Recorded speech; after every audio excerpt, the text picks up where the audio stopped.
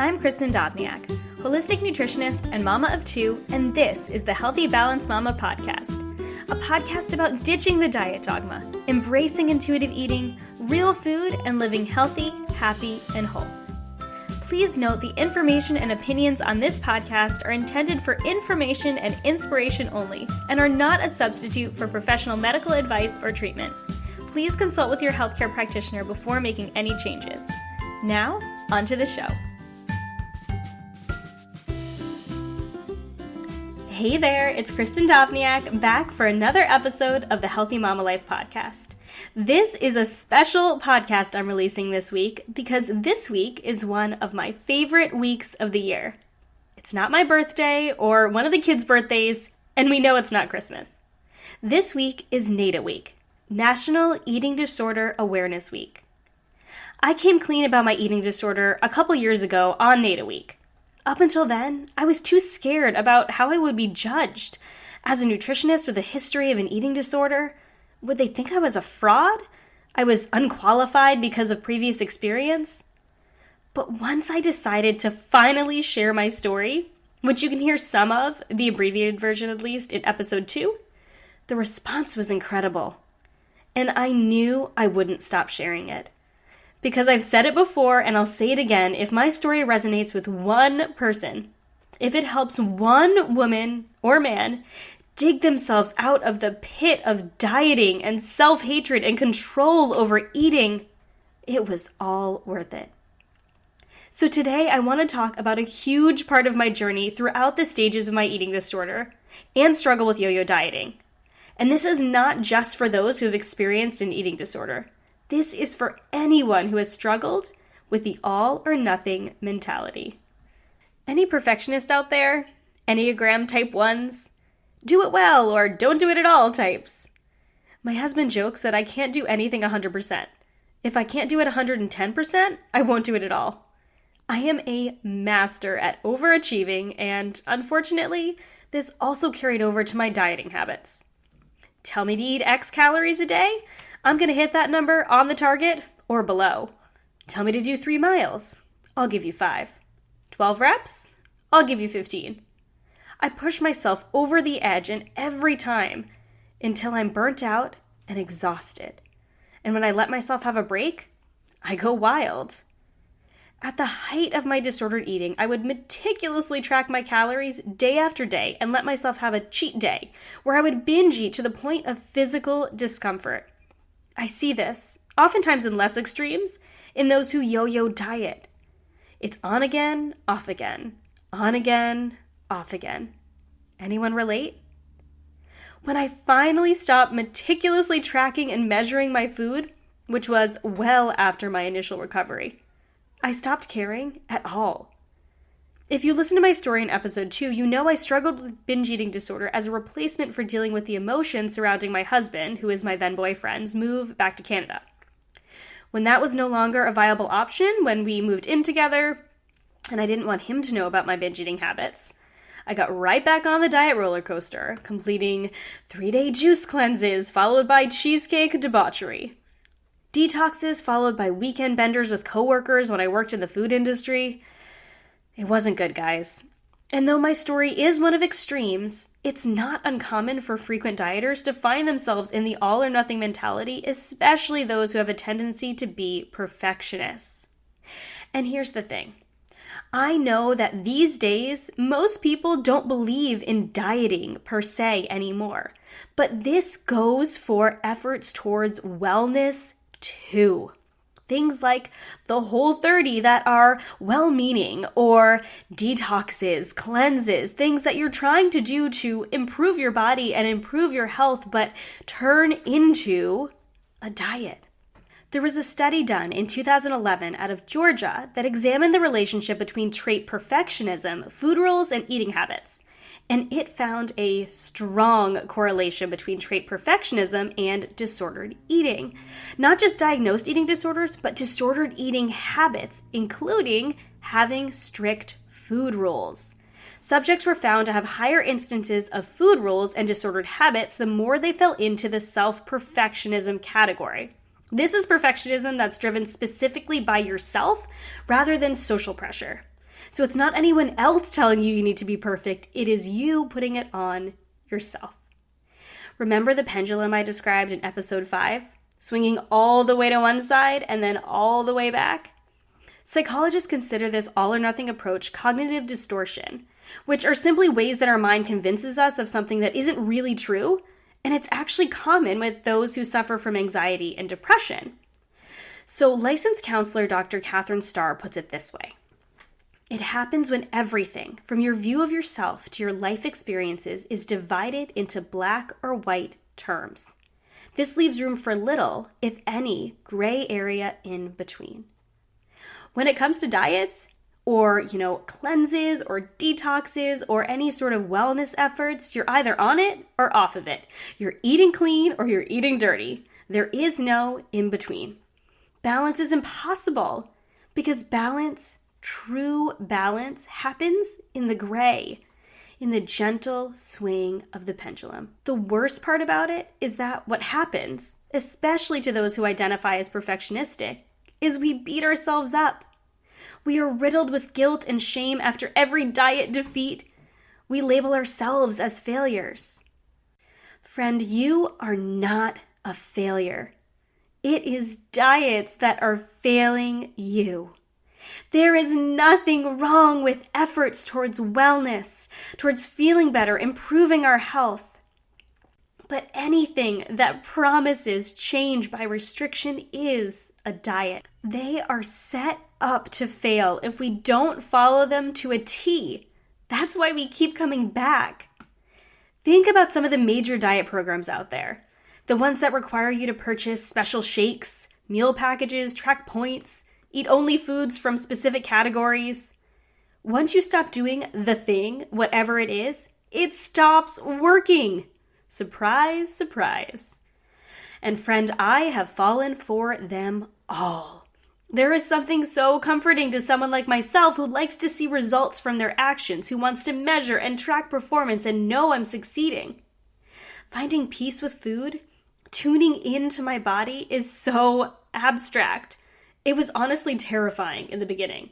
I had to let go of all the ways I could give it my all. The measuring, tracking, eating in a specific set of guidelines, a shake with a specific nutrient content. And it was scary. But I had to release myself from perfectionism around food, from the all-or-nothing mentality, in order to finally be free from the binge-restrict roller coaster I was on for so long. And whether or not you've fallen for such extremes as I have, you do too, friend. You need to give up the notion that you're a failure for not being able to stick to a diet, a wellness plan, or a program, and realize that it's not dieting that will create lasting change. There is no cleanse or detox that's going to change your life. All this does is set you up for defeat and the pendulum swinging completely in the other direction, continuing the all or nothing mentality. So here's the tough part, and I already talked about this a little bit. But as perfectionists, we can turn anything into a diet. We can make anything an obsessive all-or-nothing dance. Tell me probiotics are good for my gut? I'm going to buy 3 kinds, sauerkraut, yogurt, kefir, beet fast, start making my own kombucha, do it all for a week, and give it up because it's too overwhelming. Celery juice is the new thing? What if I have it for breakfast, lunch, and dinner? Please, just don't. Healthy fats are good? Why not go keto? Don't even get me started on that. But my point is, it doesn't have to be labeled a diet to become one. To encourage that all or nothing mentality and steal your balance. Steal the joy out of eating and healthy living. Truly healthy living. We live healthy lives because it feels good. Because we want to have energy for our kids, our husbands, our work, our friends. We live healthy because we want a better life. Swinging back and forth between extremes does not produce a truly healthy life. And it is okay to take what you learn and try it out. There's always new research coming out that could be beneficial. I highly encourage you to check your sources before you do. But the most important thing I want to point out is that it doesn't need to become all or nothing. So how do we ditch it? How do we get rid of this all or nothing mentality and work towards balance? Well, first and foremost, this probably won't be a surprise. But we first have to ditch the diets altogether. And anything that's a diet in disguise. Those cleanses, those detoxes. Once you make peace with food and allow yourself the freedom to eat all foods, the all or nothing mentality around diets starts to fade away. The problem happens when we go from all to nothing and turn intuitive eating into eat all the things all the time. And let me assure you, this is a normal part of the journey for many people, and you are allowed to eat whatever you want, whenever you want. But we do want to live healthy, balanced lives. So if you're struggling with this, I'd highly recommend you get in touch with someone like myself to help guide you back to the center of that pendulum and truly find your beautiful balance in intuitive eating and living. So where do we start today? You're also not going to be surprised to hear me say this, but it's really important to focus on the habits that make you feel good outside of the diet dogma. If you need something to focus on, once you've ditched the diet mentality, focus on creating habits around the things you know feel good and nourish your body outside of the restrictive realm of the diet mentality. Drinking more water, moving daily, eating more plant foods. Focus on the habits that will last and create a truly healthier life rather than extremes that we know don't last. Take what works and leave the rest. Listen, friends, this is so important. There are going to be habits that you try to employ, things that other people around you enjoy, food, activities, that you simply don't. That's okay. Take what works and leave the rest. You do not have to drink green smoothies if you hate them. You do not have to do Soul Cycle if you can't stand the music. You do not have to eat kale or drink celery juice. There are the basics. Drink water, move, eat your greens. But there are many ways to accomplish these simple goals without going to extremes or labeling yourself a failure because you could not stand another sip of celery juice. Take what works, leave the rest. And just to clarify, by what works, I don't mean the latest diet. I hope we've already established that. But it doesn't work, at least not for long. Embrace the gray. Some of you just cringed. You mean no black and whites? There are no good or bad foods because food has no morals. What is good for you at this meal might be different than the next. Just because something doesn't work for you now doesn't mean it won't later. So my example I use with clients is when I was struggling with debilitating digestive issues. My husband can attest to this. It was not a good time for us. My body could not handle gluten. In fact, it couldn't handle a lot of grains aside from the occasional quinoa. It was in a state of inflammation, acute inflammation and stress, and everything, I mean everything, went through me. So I was gluten-free for more than 3 years. Until one day, after loads of healing, I decided to try just a little. And guess what, my friends? I was fine. I am fine because I healed my body and my relationship with food, and gluten isn't a thing for me anymore. Now, for some people, this does persist. I'm not saying if you have celiac disease or a true gluten sensitivity that you should go out and eat a pizza.